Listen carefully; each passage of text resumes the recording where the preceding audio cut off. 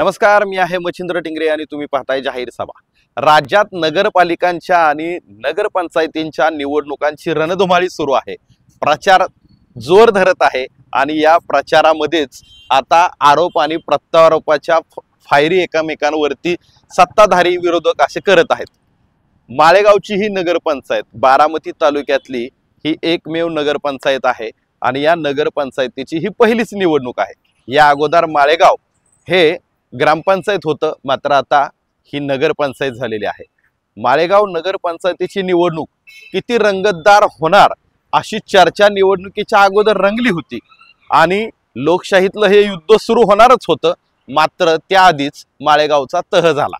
माळेगावचा तह झाला तो नेमका कशासाठी झाला, का केला गेला याची चर्चा मात्र आता बारामती तालुक्यात आणि माळेगावमध्ये रंगलेली आहे। अजित पवारांचे कट्टर विरोधक म्हणून ज्यांना ओळखलं जात होतं ते रंजन तावरे यांनी लढाई अगोदरच आपली तलवार म्यान केली अशा प्रकारची एक चर्चा आहे। मग ती चर्चा पुन्हा एकदा सविस्तरपणे पॉझिटिव्ह अँगलने नेण्याचा प्रयत्न अजित पवार यांनी त्यांच्या प्रचार सभेच्या नारळामध्ये नारळ फोडत असताना त्या भाषणामध्ये करण्याचा प्रयत्न केला। विकास करायचा आहे म्हणून आम्ही मतभेद ठेवून बाजूला येतोय अशा प्रकारचं वक्तव्य करून त्यांनी आम्ही एकत्र का आलोय अशा पद्धतीचंही त्यांची बाजू मांडली।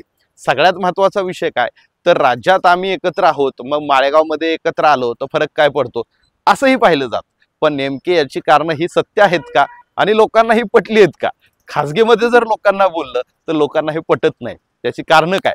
आपल्याला सगळ्यांना माहिती आहे की माळेगाव सहकारी साखर कारखाना हा राज्यातला एक अतिशय महत्त्वाचा सहकारी साखर कारखाना, ज्याची सत्ता कधी अजित पवार गटाकडे राहिली तर कधी चंद्रराव तावरे आणि रंजन काका तावरे या गटाकडे राहील।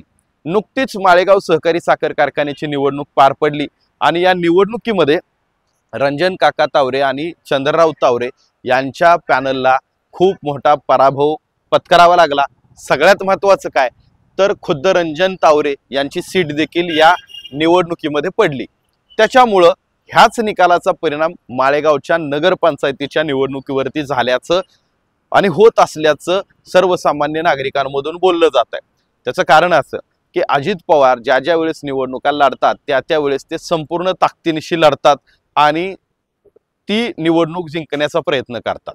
नुकताच माळेगाव सहकारी साखर कारखान्याच्या निवडणुकीत झालेला पराभव हा त्याच्यातून अजून बाहेरच पडले नसलेला गट म्हणजे थोडक्यात भाजप यांनी यावेळेस निवडणूक कॉम्प्रोमाइज होते का याची चाचपणी अगोदरच सुरू केलेली होती।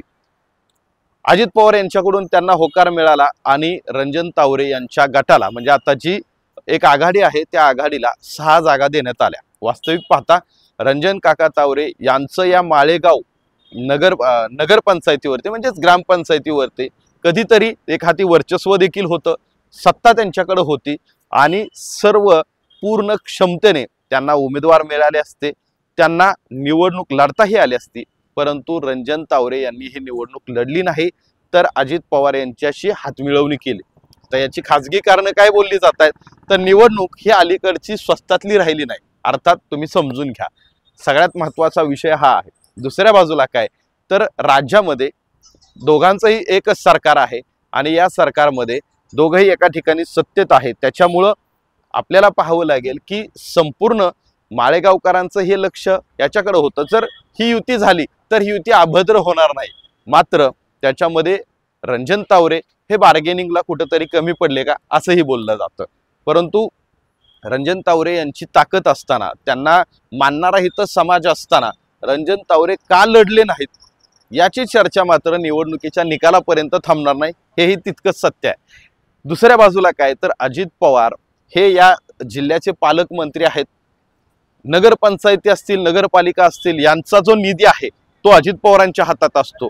जरी आपली सत्ता आली तरी सुद्धा वारंवार या विकास कामांच्या अनुषंगांसाठी जी काही राजकीय डावपेच असतात, कोंडी असते, त्या भविष्यातल्या होण्याची शक्यता आहे। त्याच्यामुळे हे याचं एकत्रीकरण झालं असंही बोललं जातं। दुसऱ्या बाजूला आता माळेगावमध्ये नगराध्यक्ष हा राष्ट्रवादी काँग्रेस पक्षाचा असेल आणि उपनगराध्यक्ष हे रंजन तावरे गटाचे असतील असंही ठरलं आहे असं बोललं जात आहे। मात्र माळेगावमध्ये एकदम टोकाचे विरोधक असणारे, ज्यांच्या विरोधाची किंवा एकमेकाच्या राजकीय वैराची परिसीमा होती त्यांनी देखील हातमिळवणी केली आणि माळेगावच्या निवडणुकीमध्ये शांतता आली। थोडक्यात काय की इथं दुसरं कोण आहे तर दुसरे आहेत आता शरद पवार गटाचं पॅनल। दुसऱ्या बाजूला शरद पवार गट यांचं पॅनल जरी असलं तरी सुद्धा शरद पवार गटाच्या बाजूनं संपूर्ण माळेगावमध्ये निवडणुकीला सामोरे जाण्या इतपत सुद्धा उमेदवार नाहीत। त्याच्यामुळं ही निवडणूक आत्ता रणजन तावरे गट आणि अजित पवारांच्या नेतृत्वाखाली जे उमेदवार लढणार आहेत त्यांच्या पारड्यात झुकलेली दिसून येते। परंतु सगळ्यात महत्त्वाचं काय की लक्ष जे होतं ॲक्च्युली ते होतं रणजन तावरे लढणार कसे, आणि ते मात्र आता जवळपास ह्या निवडणुकीचं चित्र स्पष्ट झालेलं आहे।